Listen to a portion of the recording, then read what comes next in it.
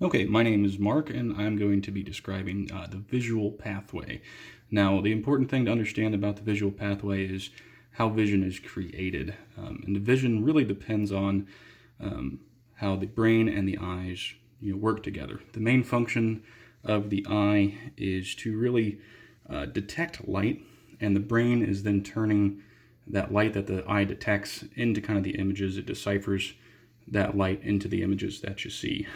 Whenever we see an object, light is coming off of it. So if we're looking at, say, this phone over here, light's bouncing off that phone and coming in through the eye, going through all the layers, getting to the brain. The brain's figuring out that's a phone. We translate it all. When that light first enters the eye, it's going through the cornea here. That's that front part of the eye. It acts as kind of a windshield to the eye. It's a protective layer.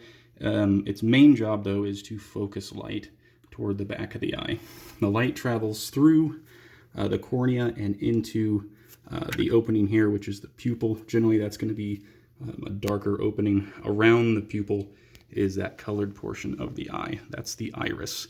Now, the iris controls how much light is able to pass through into the retina, and it does so by constricting and dilating.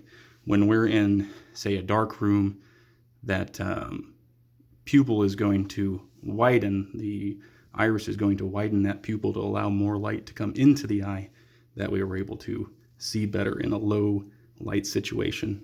Vice versa, when we're in a bright light situation, that pupil is going to constrict. The iris is going to make that opening much smaller.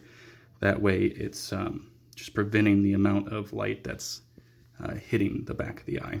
Once it travels through the pupil, it goes through the lens. This is an intraocular lens. Its job is also to kind of refract the light, focus it into the back of the eye with the retina tissue. When we have cataract surgery, this is the part of the eye that's removed. It ages and gets yellow and kind of cloudy and foggy. As we get older, the more birthday candles you have, the more likely that lens is going to be kind of foggy and hazy. But when we do have cataract surgery, this is taken out and kind of replaced with a fake intraocular lens. When light's passing through the eye into this is just the vitreous. This is like a jelly-like substance in the eye. It takes up a good portion of the eyeball. When you have floaters or anything like that, it's usually moving through that jelly-like substance. But anyway, when light goes through the back, it's hitting this tissue layer back here called the retina. The retina is just a layer of nerve tissue, and its main job is to kind of convert that light into signals for the brain. Now, the retina also contains some important parts of the eye, like the rods and the cones and the macula. The macula is where we're going to get our best central vision, our 20/20 vision, our color vision. It's the sharpest point of our vision, essentially. Rods in that area kind of detect motion, while cones are more for our detail and color. Now, when that light's hitting the retina, it's sensing that light, and it's changing those that light into electrical impulses that it's traveling through this optic nerve right here. Now, the optic nerve is sort of just like a cable of these nerve fiber layers, and it's going to exit right here through the back of the eye. It also has a path for the central artery and central vein to kind of have a blood supply into the eye, but it's going to go back through the brain. And it's important to kind of see how the brain structure is and how our eyes are working together. Because here is the optic nerve right here. Now, it's important to know that the nasal portion of our retina is actually responsible for the left portion of our visual field. And same thing, this is a left eye. In the temporal retina of a left eye, it's responsible for our right visual field. Now, when it travels down through this optic nerve, it enters what's called the optic chiasm.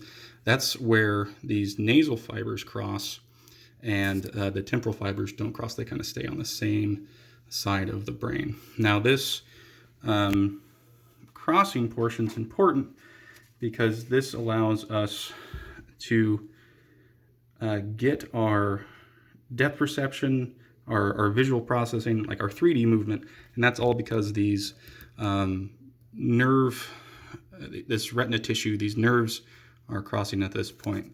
It's allowing information from our left visual field here to go to the right side of the brain, and information from the right visual field to go to the left side of the brain.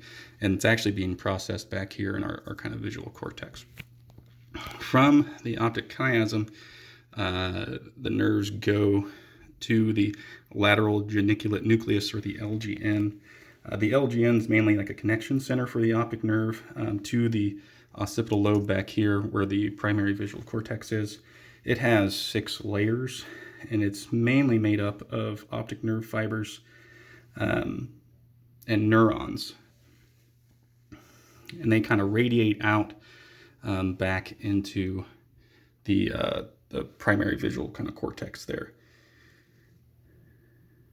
Now, the reason, or the importance of the LGN is that it's going to help us determine where an object is in space, and then also kind of what an object is. It's going to help us determine, the color and the shape of and the size.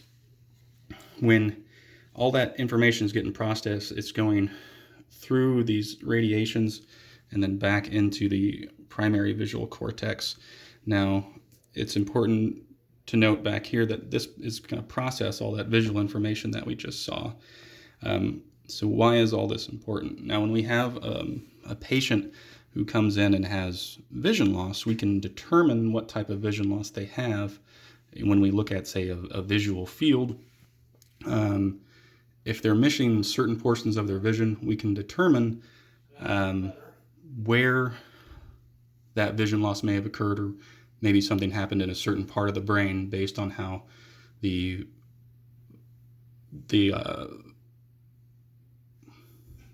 visual field looks. So if they have damage in this portion of the eye, this whole eye, won't see very well. Whereas if they have, damage, say in the optic chiasm here, they could have, damage to both nasal fibers. Something like this could be caused by like a pituitary tumor, pituitary glands like right underneath that. But it's important to kind of know these structures because it helps us determine where damage could occur when we're evaluating a patient.